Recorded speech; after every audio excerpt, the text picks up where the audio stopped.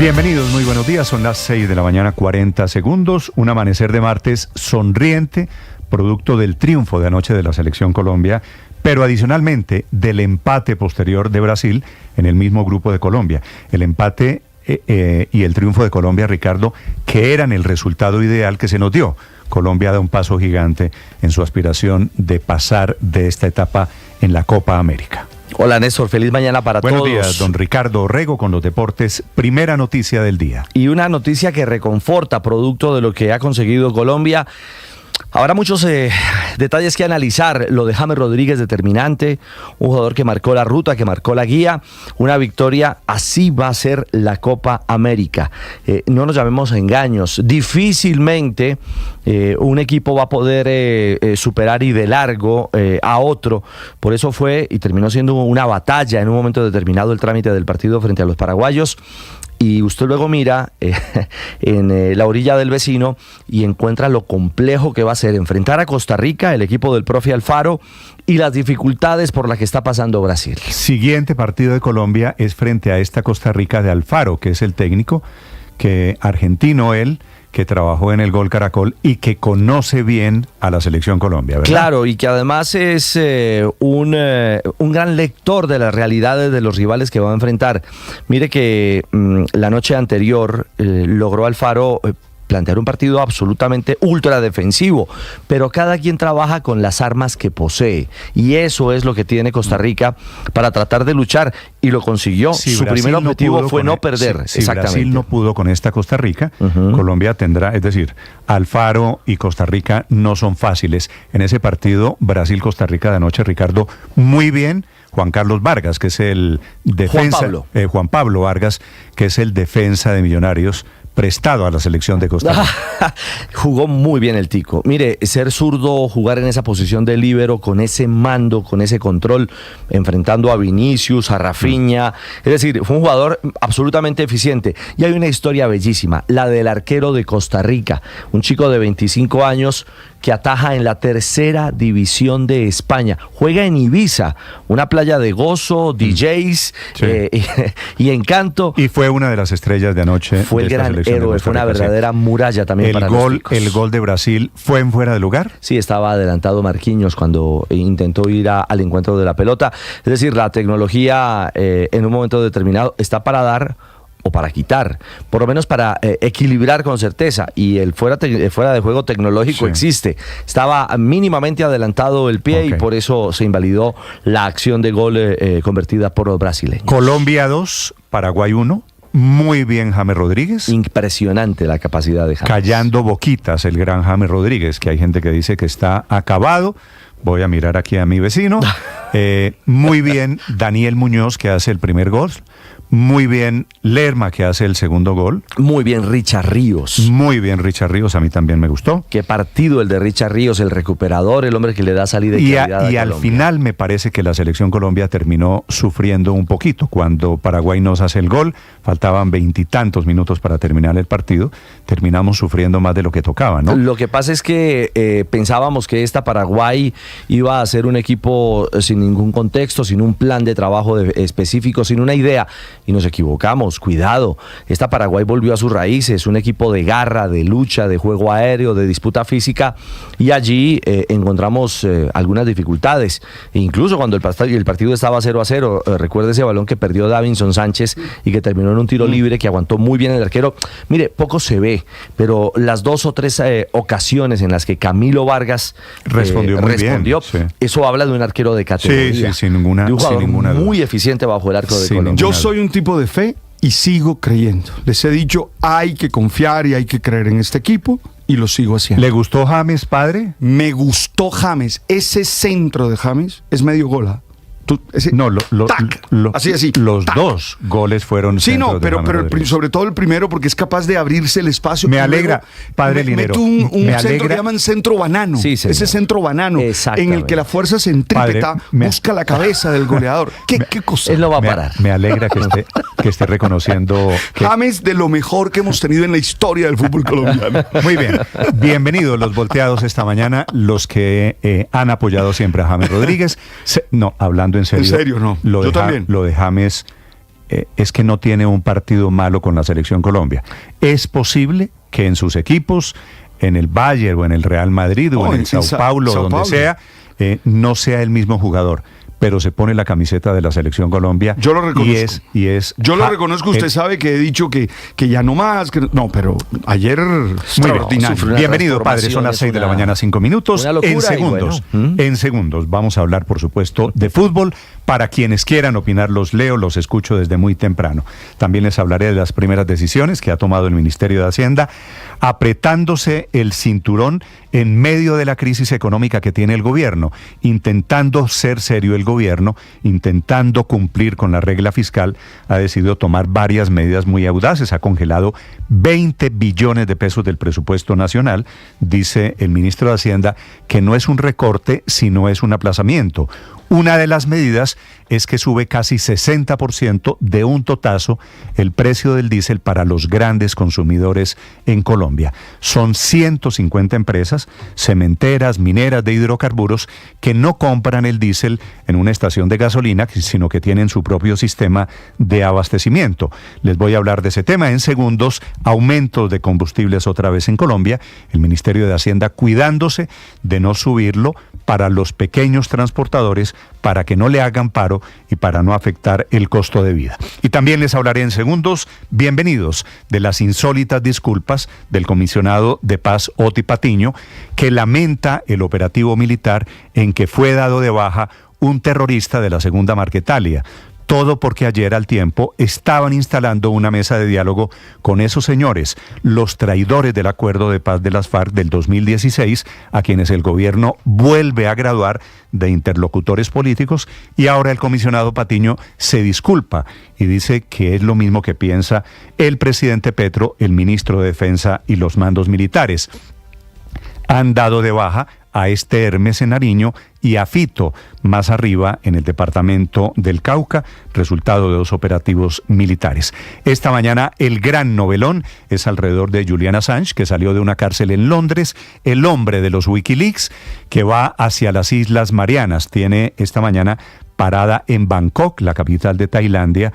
Él va a aceptar mañana miércoles los cargos en un tribunal allí en esa isla que está en el Pacífico, entre Filipinas y Hawái. Va y después debe recuperar su libertad.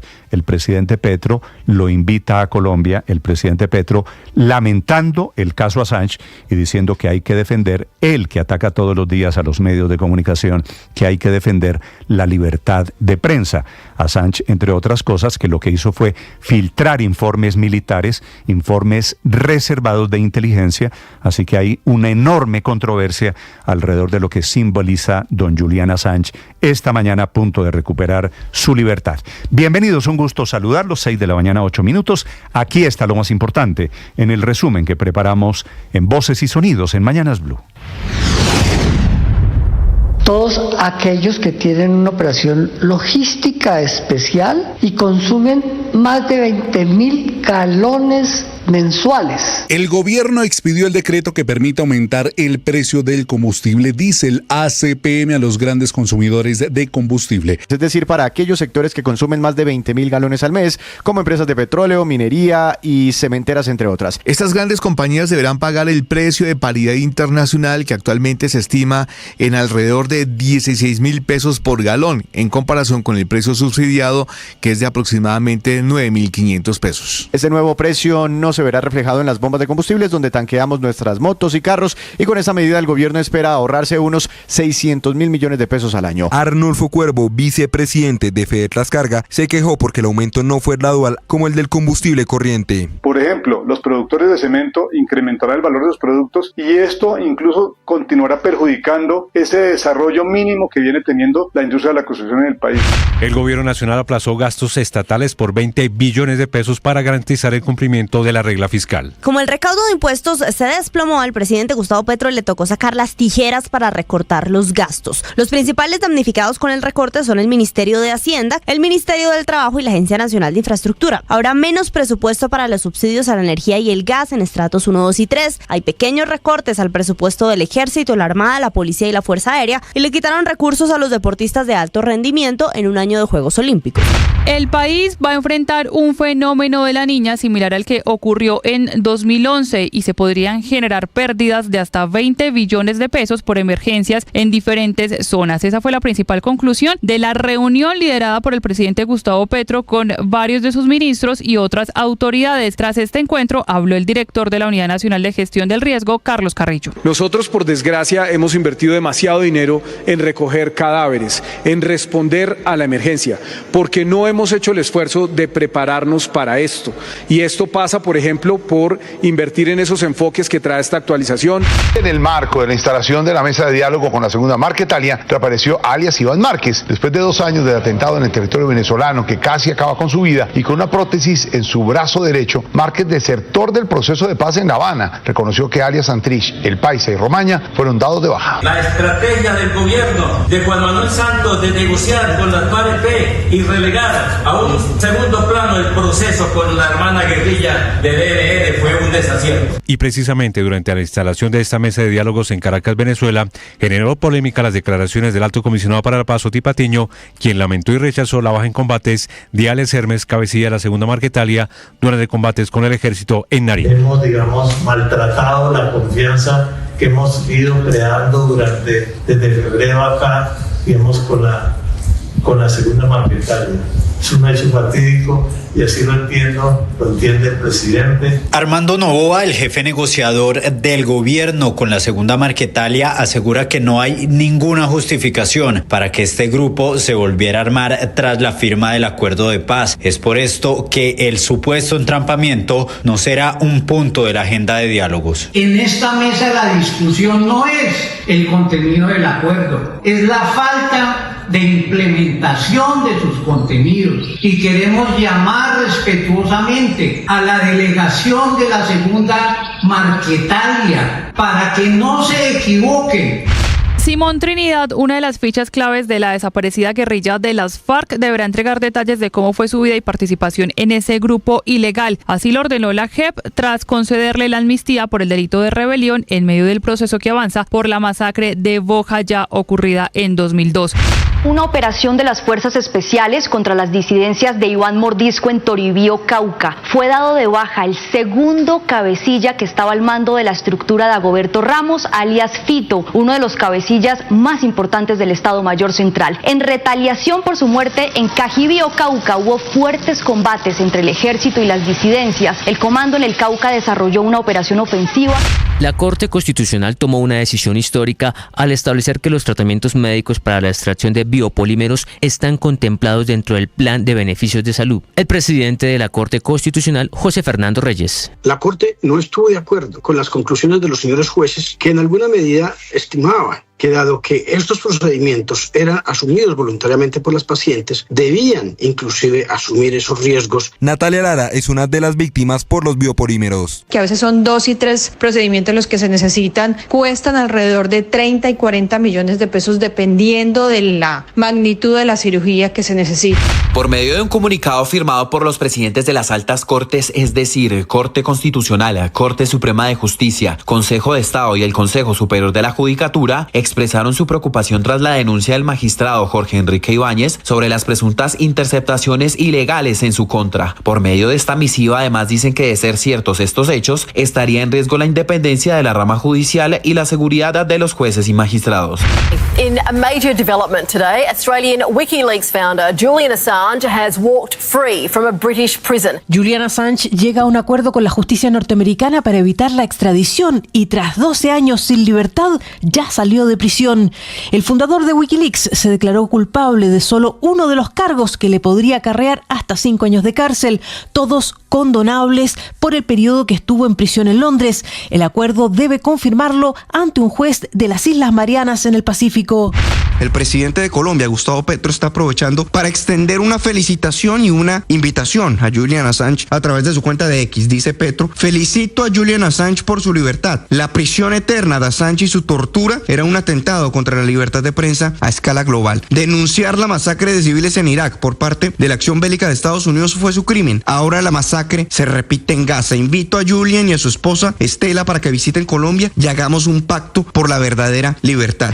El Tribunal Supremo de Israel ha dictaminado por unanimidad el fin de la exención militar para jóvenes judíos ultraortodoxos, una medida que históricamente ha dividido a la sociedad israelí y que también pone en peligro la continuidad del gobierno de Benjamín Netanyahu. Con golpe de cabeza, llegó Muñoz, el balón al fondo, gol, gol, gol, gol, gol. Con goles de Daniel Muñoz y Jefferson Lerma, Colombia debutó en la Copa América y se impuso 2-1 frente a Paraguay para darle los 3 puntos al equipo de Néstor Lorenzo. Esta victoria colombiana lo coloca con 3 puntos y ahora en la mira Costa Rica, que será su próximo rival, pero eso será en Phoenix. La reacción del capitán y figura de la selección Colombia de este partido, James Rodríguez. La segunda parte podríamos haberlo hecho un poquito mejor, pero bueno, se pueden corregir cosas cuando el equipo gana, es mucho más fácil. Daniel Muñoz, el autor del primer gol de Colombia en la Copa América. Para mí en lo individual creo que es algo satisfactorio, pero es más satisfactorio que el equipo obtuvo la victoria. Es muy importante empezar ganando y creo que hoy se cumplió el primer objetivo. Estás escuchando Blue Radio.